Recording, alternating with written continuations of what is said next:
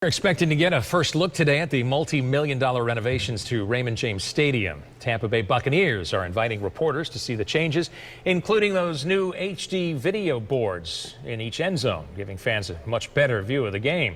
They also upgraded the sound system, built a premium seating section called the Hall of Fame Club, and added new items to the menus. Raymond James Stadium is the swashbuckling home of the Tampa Bay Buccaneers. The stadium broke ground on October 15th, 1996, and opened just under 2 years later on September 20th, 1998, at a cost of $168.5 million. The history of Ray J dates back to 1995, when the Bucs were purchased by new team owner Malcolm Glazer, and he noted that the nearly 30-year-old Tampa Stadium wasn't suitable for the team anymore.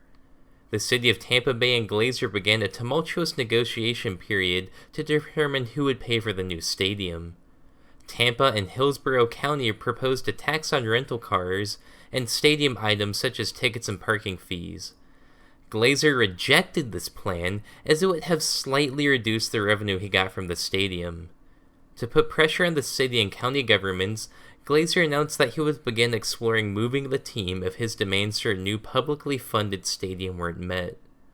By early 1996, the city and county governments caved to the demands of Glazer and approved the Community Investment Tax, or CIT.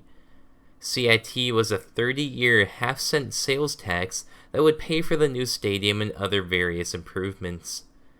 Despite several lawsuits and attempts to stop the new tax plan, it went forward. Malcolm Glazer originally promised to pay for half of the stadium, but after his season ticket drive goal failed to hit its target, he withdrew his funding, causing the public taxpayers of the area to have to foot the entire bill for the stadium.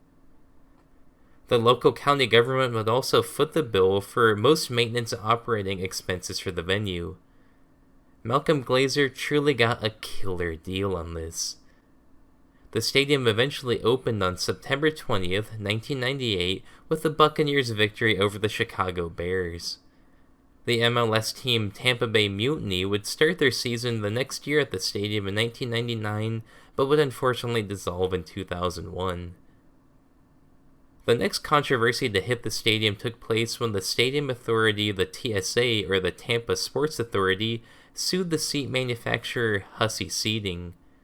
The TSA claimed that Hussey failed to manufacture the seats in the stadium correctly, causing them to fade from red to pink in the hot Florida sun. Despite the obvious fading, Hussey denied any issues. An investigation later on would determine that the company forgot to mix in a sunscreen component into the plastic, causing the fading. The company would have to foot the bill and replace every seat in the stadium, all of which were installed by the 2006 season.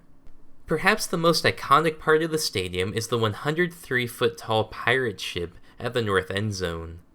The cannons of the pirate ship are fired off whenever the Bucs score or win a home game, and during the game, Yo Ho, A Pirate's Life for Me is played just in the stadium to rally fans. The sails of the ship are occasionally changed out to match whatever event is taking place, such as the Super Bowl logo. Other notable features on the stadium include the original two Buck Vision 2,200 square foot Daktronics video displays, the largest in the NFL when they were built. These were eventually replaced by two 9,600 square foot HD video boards following the 2016 season.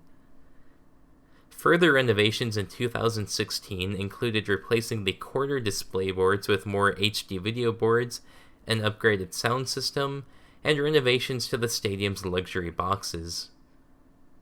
The stadium, despite its controversial beginnings, has been an NFL staple ever since.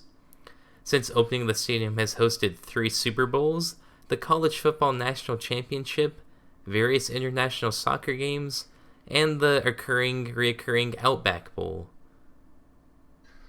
Raymond James Stadium will continue to be a perennial NFL favorite for years to come, thanks to recent upgrades and a very unique design. It's truly a classic that I think will be around for years to come, as long as the proper updates and maintenance are performed, mostly on the taxpayer's dime. With that, Raymond James Stadium joins the archive of everything. Leave a comment with your favorite NFL stadium. Leave a like if you enjoyed. And as always, this is Matt from the Archive of Everything, and I'll see you all real soon.